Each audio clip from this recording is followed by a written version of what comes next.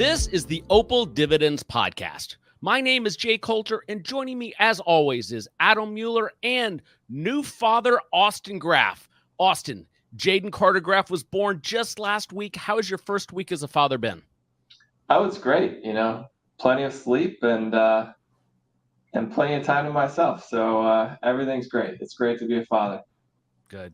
It only gets easier from here. You're already past the hard part, trust me. I'm sure.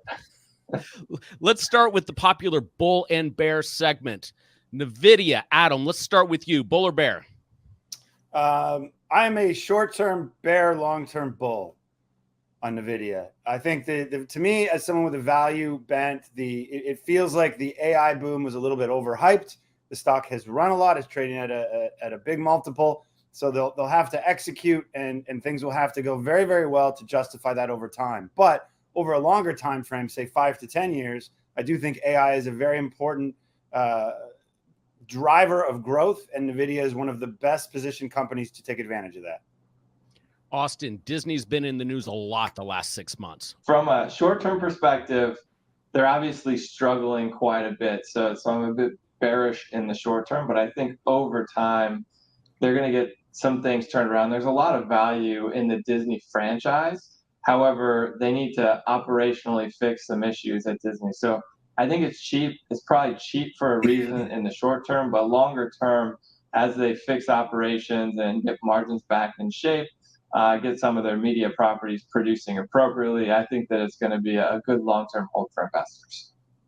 Adam, Apple has been in the news here recently. What's your take today, bull or bear? I'm a bear on Apple. Yeah. And I just think that over the Apple's had a tremendous run in the stock this year. It's been a safe haven for people to hide as they figured out what they really wanted to do. But at 30 times earnings, it's quite expensive for a company that doesn't have a lot of embedded growth with products that are so mature and generate so much free cash flow. But there's an argument around how much that's going to grow over time.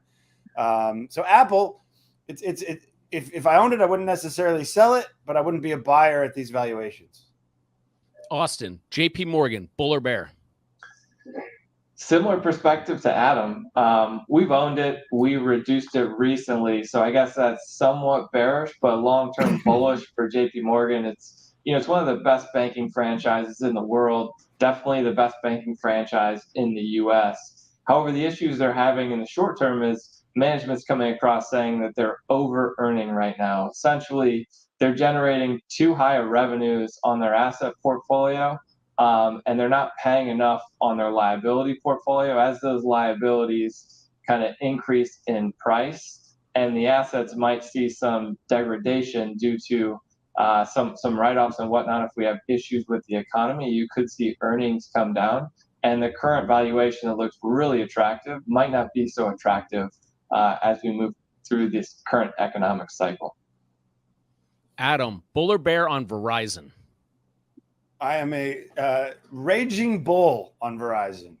Look, I think Verizon and AT&T as well, we can lump that in, have been left for dead by the market, when in reality, these are great companies that generate a lot of free cash flow that are coming to the end of a huge CapEx cycle that will result in even more free cash flow.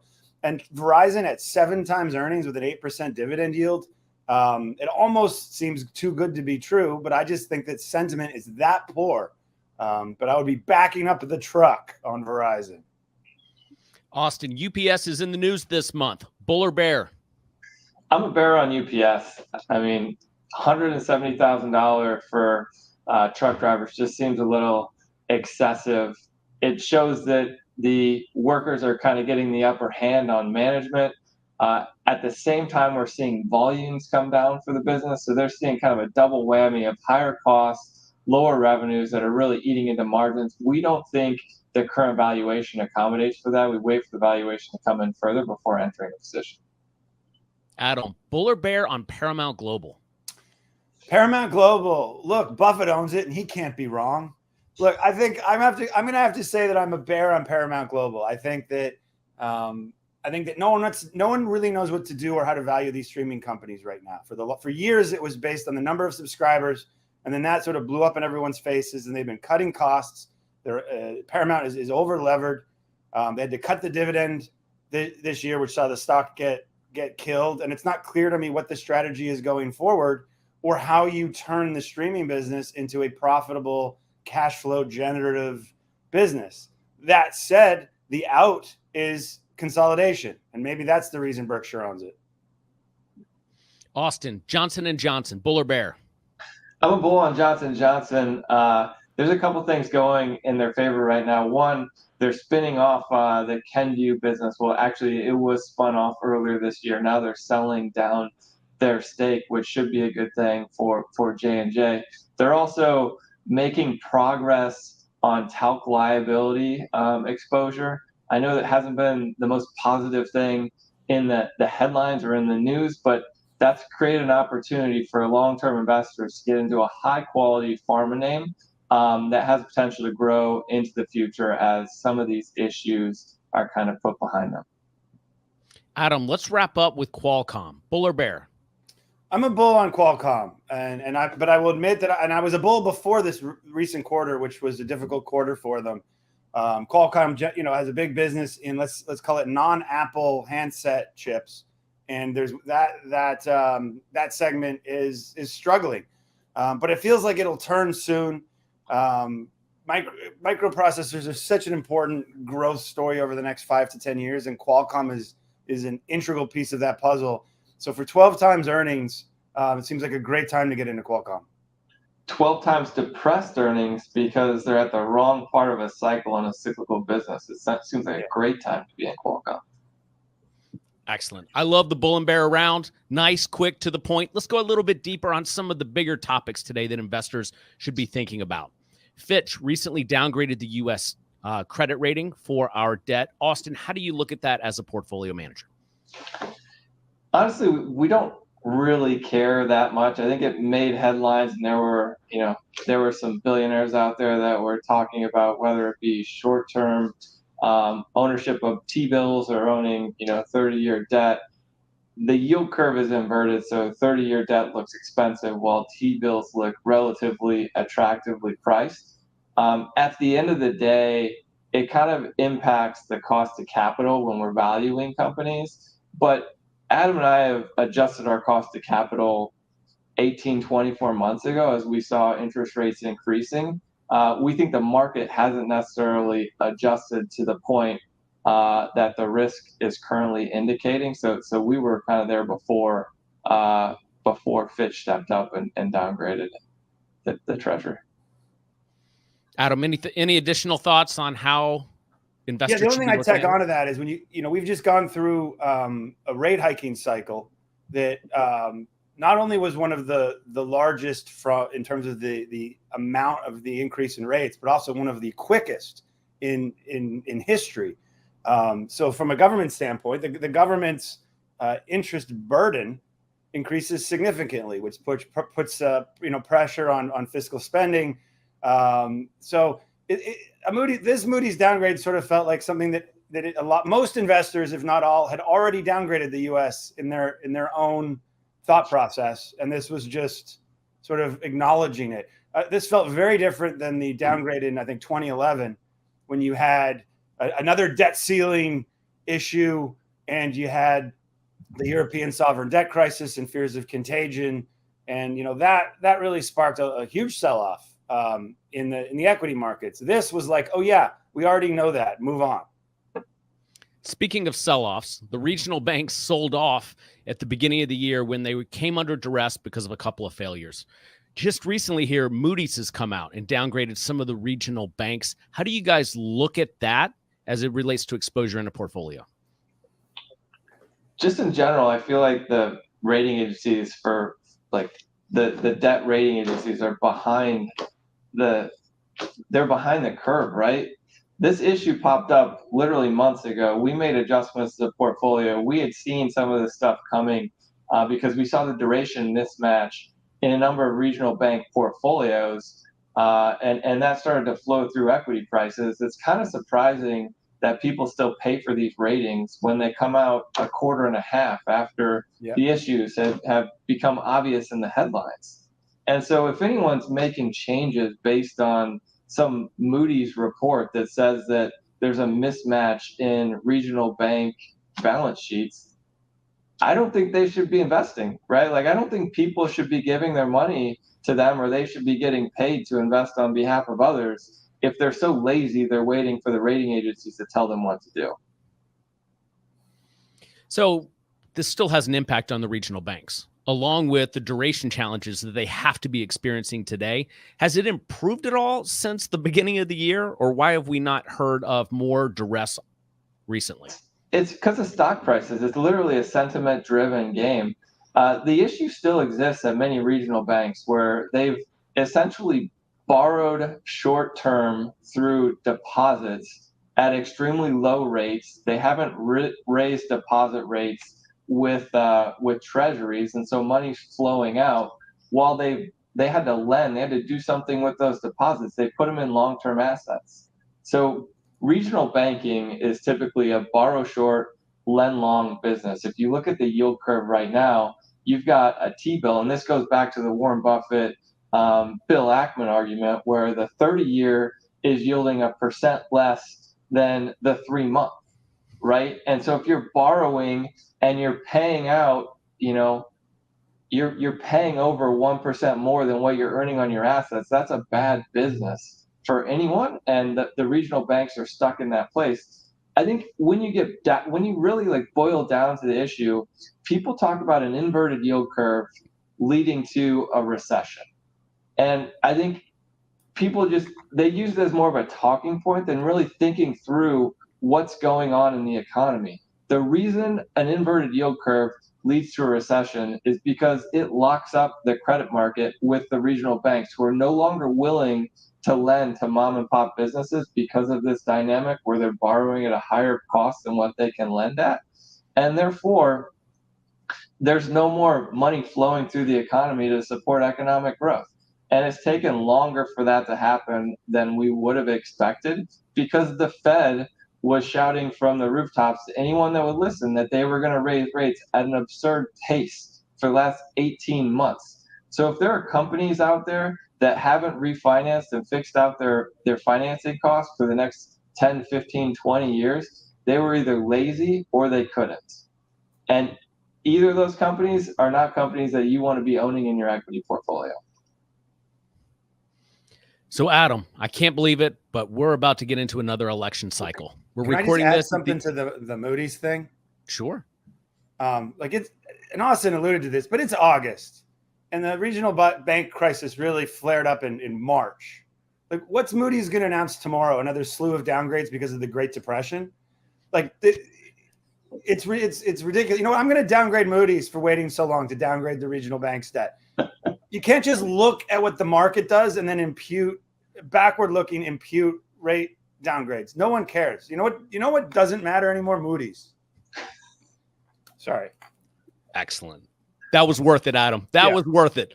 Let's talk about politics. We're recording this at the end of the summer of 2023. I can't believe we're about to get into another election cycle. Republican primaries are coming up. There may or may not be a Democratic primary. It's going to be all over the news. How should portfolio managers and investors look at politics when building a portfolio?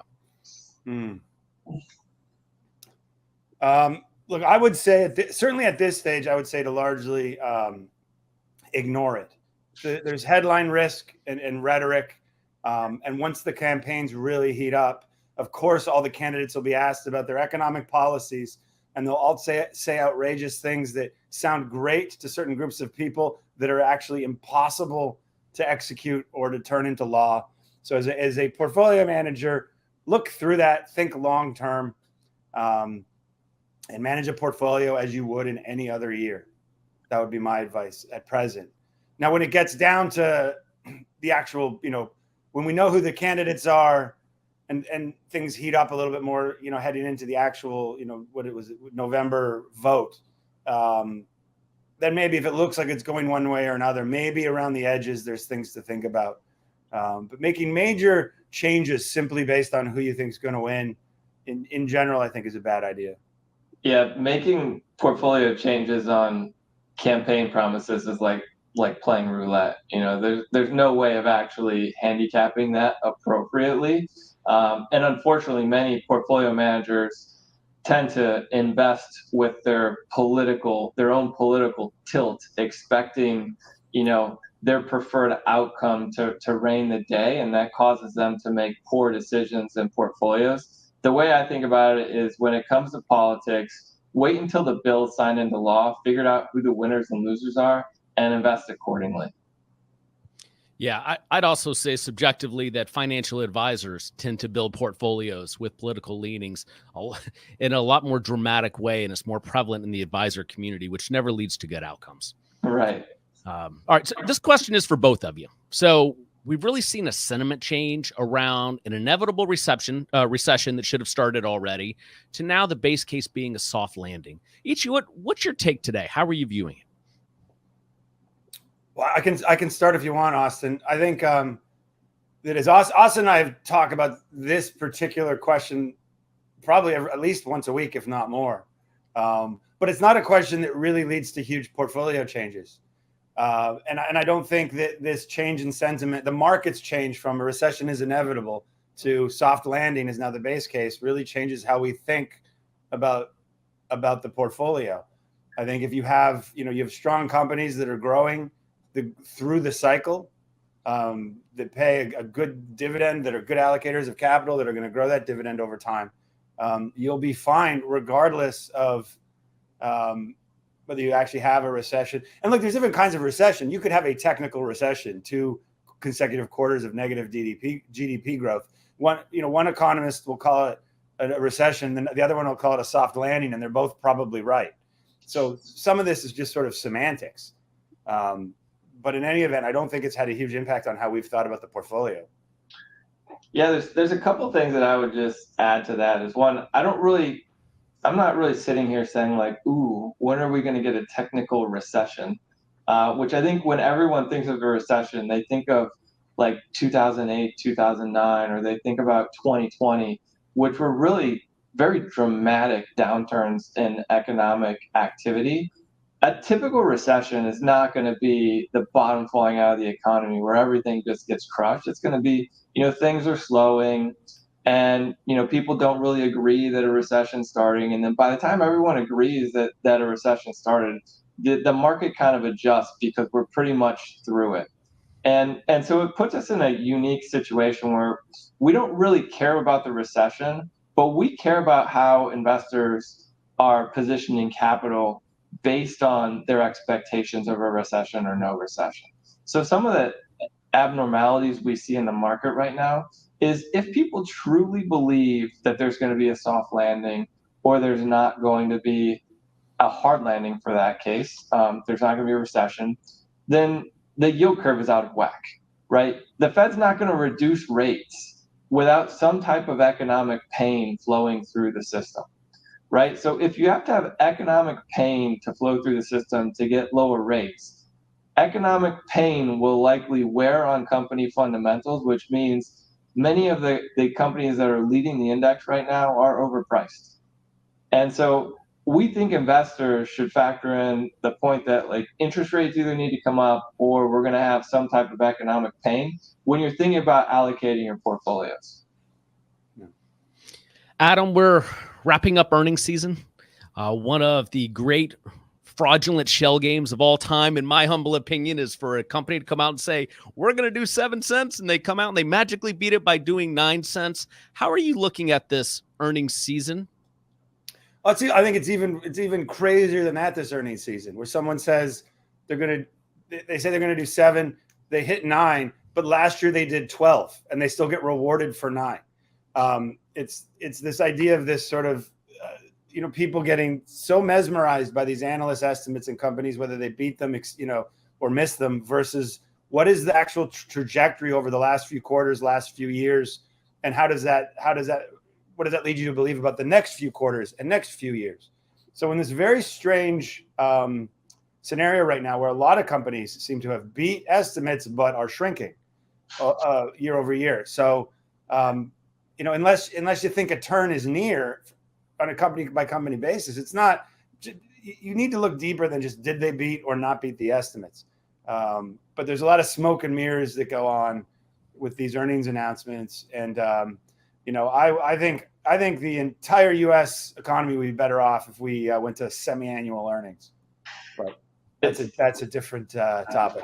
It's so easy to manipulate short-term earnings. If you really want to dig in to understand what value is being created at a business, look at the balance sheet. The balance sheet's more stable. It's going to show you long-term value creation. It'll help you understand why the things that are happening are actually happening, instead of just looking at some EPS number, which is completely like most management teams manipulate the heck out of earnings.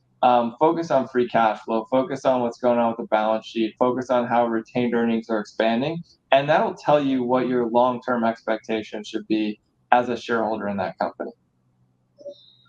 Austin, there's been some noise about inflation reaccelerating and then conflicting noise about it decelerating. When you look at gasoline prices today, you look at healthcare costs, clearly accelerating.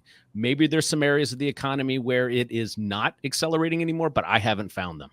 How are you looking at inflation today? Yeah, it's a great kind of issue right now. I don't think inflation's going back to 2% anytime soon. There are just so many issues. I mean, we talked about UPS, where you're seeing double-digit increases in wages, and they're not the only ones. You're looking at airline pilots that are getting 40-50% increases in wages over the next few years. There are a number of contracts where unions are holding out right now. You even have a writer's strike in Hollywood, right? So it's not just kind of blue-collar workers. It's blue-collar, white-collar. It's all workers are trying to get their fair share. And we think that's going to lead to kind of more of a push on inflation than what I would say is kind of a pull from kind of supply chain issues. We're seeing kind of in the travel space, people they seem to have more money, or I'm not really sure what the driver is of the massive demand for travel. Maybe it's just when you put people in their houses for multiple years and they feel like they missed out, they just have to get back on the road regardless of if they have the money or not. But it does seem like we're kind of seeing this rolling demand that's continuing to push inflation. You got oil prices that are back up over $80 in the U.S., driving gasoline prices. That's a big driver. I just don't think it's going anywhere anytime soon. So investors should prepare to live in an environment of above 2% inflation. Well, and we learned this week that credit card debt for the first time hit $1 trillion with 8% delinquencies, and that has to have an impact in there. Adam, let's finish with really what's probably the most important question of the day. What do you do when you own a stock and the company CEO challenges the other CEO to a cage match? Yeah, so let's just talk about what we're really talking about here. Elon Musk and Mark Zuckerberg have challenged each other to some sort of cage match. And here's the thing. We all know that Elon Musk is like a quirky individual. So it's not surprising that he would do something like this. But if you're Mark Zuckerberg, you're a founder CEO. You had a really tough year 2 years ago.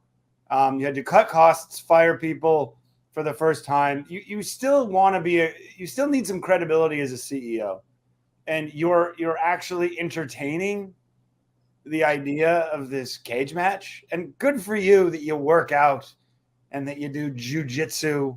Good for you, Mark Zuckerberg. But the fact that you're entertaining this and allowing this to continue, if I was on the board of directors of Meta, I would tell you to stop it. Do you think the walrus is going to be effective? The walrus on Zuckerberg. You didn't see that? Oh, Elon said that he has a trademark move of the walrus. Of course. Where he sits on his opponent. Hey, is there a chance that this is just a distraction from the fact that Threads had a magnificent launch and fell completely off a cliff? Look, I think Threads. I don't know if Threads is dead yet. I think the launch was inevitably going to be huge because anyone with an Instagram account could click a couple buttons and have a Threads account. So, and then a bunch of those people weren't really going to engage once they'd done that, and that's what we've seen happen. The question now is, as they add more functionality to Threads, what happens to it? Well, at the same time, Elon Musk woke up one day and decided to change Twitter to X, which can't wait for the Harvard business school case on how dumb that was. But I don't know. It's an interesting time in social media and media in general. And my takeaway from all this is no one really knows what to do, and they're all throwing spaghetti at the wall and floundering, trying to figure it out. And it'll be very interesting to see how it plays out. But because of Threads' connection to Instagram and Facebook, I imagine it's here to stay. Well, I'm pretty sure that Opal Dividends Podcast viewers would like to know if there was an internal cage match at Opal between the two of you. How would that pan out? Well, I have a signature copyrighted move, but I don't want to tell Austin what it is in case I ever have to do it. I think I have youth on my side. That's fair. All right. Viewers, thanks for tuning in to this edition of the Opal Dividends Podcast. Remember, go to opalinvest.com to learn more about Opal Capital. The viewer of this content should not assume that any information presented or made available on or through this media channel is receipt of or substitute for personalized investment advice. Opal Capital, LLC is an SEC-registered investment advisor. Registration with the SEC does not imply a certain level of skill or expertise. Opal provides its services exclusively to registered investment advisors, either through a sub-advisor relationship or a model provider consulting arrangement. For a copy of Opal's disclosure documents, please visit advisorinfo.sec.gov and follow the search instructions. Visit opalinvest.com or opaldividendsdigest.com to learn more.